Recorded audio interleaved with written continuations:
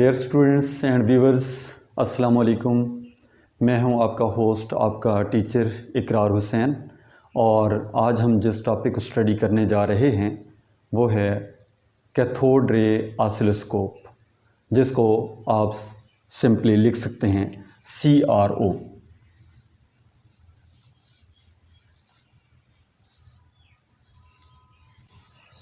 CRO is an electrical device which is used to plotting a graph between electrical quantities. Actually हमारे पास जैसे computer का CPU है, जो पहले लैपटॉप से पहले हम यूज़ किया करते थे, टावर टाइप या बेस टाइप, उसी तरह का ये हमारे पास एक डिवाइस है जिसमें मुख्तलिफ़ नॉब्स लगी होती हैं उसके एडजस्टमेंट के लिए। और उसके एक साइड पे हमारे पास एक ग्राफ बना होता है जहाँ पर permanent horizontal vertical lines draw की जाती हैं और स्क्रीन वो होती है। उसके ऊपर जैसे ही वो वेव फॉर्म हम ऑब्ज़र्व करते हैं तो उसको हम डिफरेंट पैरामीटर्स उससे कैलकुलेट कर सकते हैं। Actually CRO is a graph plotting device. तो इसकी जो कंस्ट्रक्शन है वो कुछ इस फॉर्म में हमारे पास है कि evacuated long glass tube,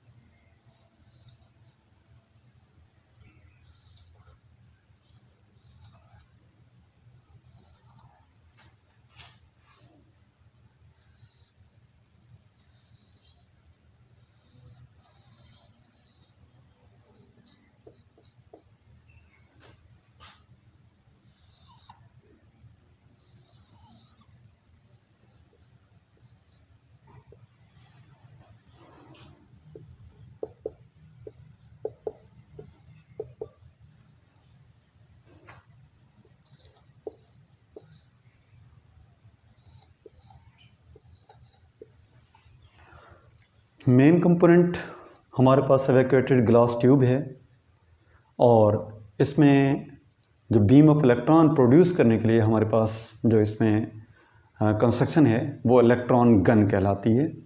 electron gun which produces beam of electron.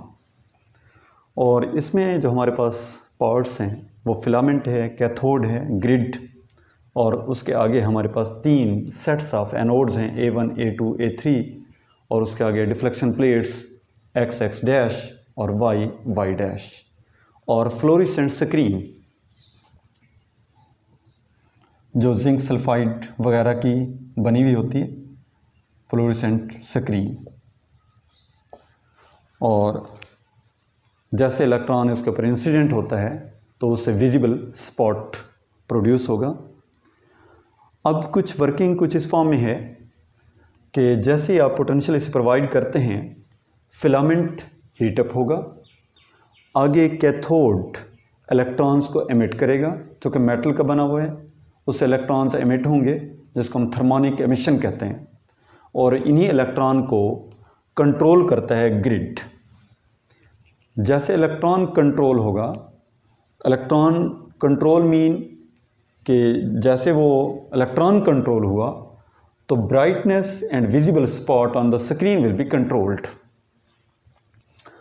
अब जो beam of electron thermionic emission के ज़रिए कैथोड से एमिट हुई, एनोड A1, A2, A3, ये जो 3 सेट्स ऑफ एनोड्स हैं, ये उन इलेक्ट्रॉन को एक्सरेट करते हैं which are positive with respect to cathode and grid. तो ये बीम ऑफ इलेक्ट्रॉन यहाँ पे मूव करेगा।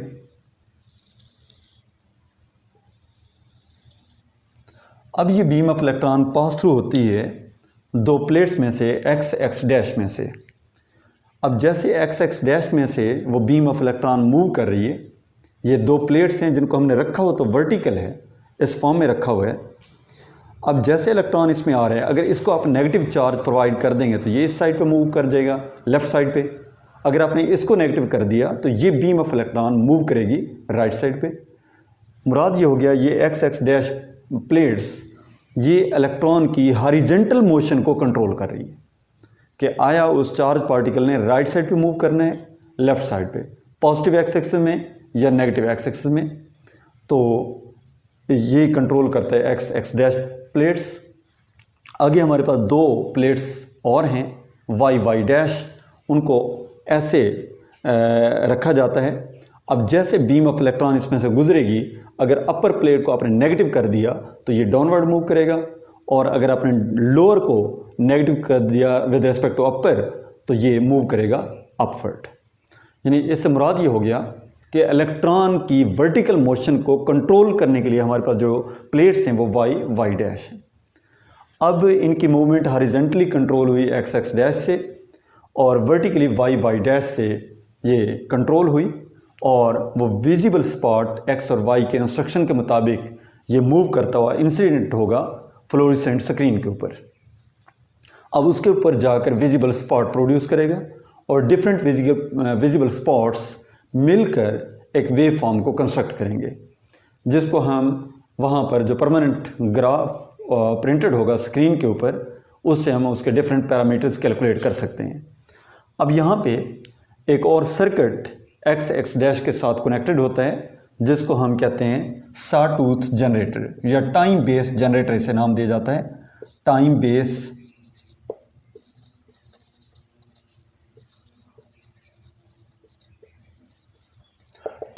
Generator is a circuit which produce the waveform just like sawtooth। इससे हमारे पास जो वेव फॉर्म प्रोड्यूस होगी वो दो वैल्यूज़ के दरमियान ये वेव फॉर्म बन रही है, टाइम और वोल्टेज। इससे जो वेव फॉर्म प्रोड्यूस होगी लीनियरली इंक्रीज होगी, then rapidly falls to zero, linearly increase होगी, rapidly fall to zero, linearly increase and then comes to zero. तो इससे बनने वाली जो हमारे पास वेव फॉर्म है वो सॉटूथ होगी।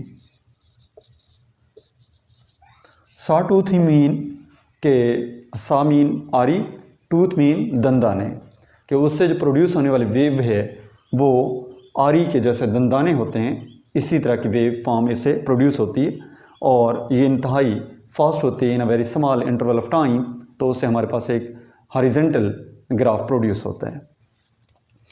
दूसरा, हम इसे हमने नॉन वोल्टेज प्रोवाइड कर दी जिससे सॉटूथ वेव फॉर्म बनी, और दूसरे हम वेव प्रोवाइड कर देते हैं y डैश प्लेट्स को, और उससे हमारे पास एक वेव फॉर्म वर्टिकली कंस्ट्रक्ट होगी, और दोनों वेव्स की हम एडजस्टमेंट करेंगे, दोनों का टाइम पीरियड आपस में इक्वल किया जाएगा, और इस प्रोसेस को हम कहते हैं सिंक्रोनाइजेशन।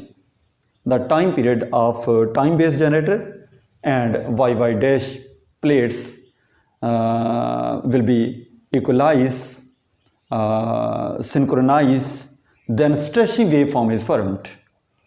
दोनों वेव के मिलने से हमारे पास स्ट्रेचिंग वेव फॉर्म प्रोड्यूस होगी।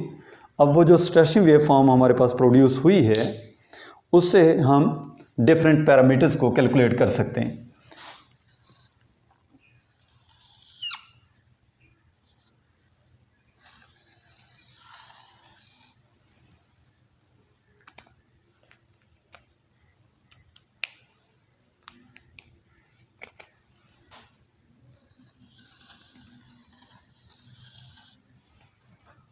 तो हमारे पास दो वेव्स आपस में मिली और दोनों के मिलने से स्ट्रेचिंग वेव फॉर्म प्रोड्यूस हुई। जैसे वो स्ट्रेचिंग होगी तो उससे हम डिफरेंट पैरामीटर्स कैलकुलेट कर सकते हैं। फॉर एग्ज़ाम्पल, इसकी पीक वैल्यू क्या होगी, इसकी इंस्टेंटेनियस वैल्यू क्या है, इसका एम्पलीट्यूड कितना है, वेव फॉर्म नंबर 1 90 पे जा रही है, वेव फॉर्म नंबर 2 मूव कर रही है 270 पे, दोनों के दरमियान फेज डिफरेंस कितना होगा 270 डिग्री माइनस 90, ये आपके पास 180 आ जाएगा। दोनों वेव्स एक दूसरे के लिहाज से क्या होंगी, आउट ऑफ फेज़ होंगी। तो इस तरीके से हम डिफरेंट पैरामीटर्स की कैलकुलेट कर सकते हैं। इनका फेज़ डिफरेंस कैलकुलेट किया जा सकता है, peak to peak value calculate की जा सकती है, इंस्टेंटेनियस वैल्यू और डिफरेंट पैरामीटर इलेक्ट्रॉनिक्स के जो वोल्टेज के हवाले से हैं या करंट के वेव फॉर्म के लिहाज से हैं, उनको कैलकुलेट किया जा सकता है।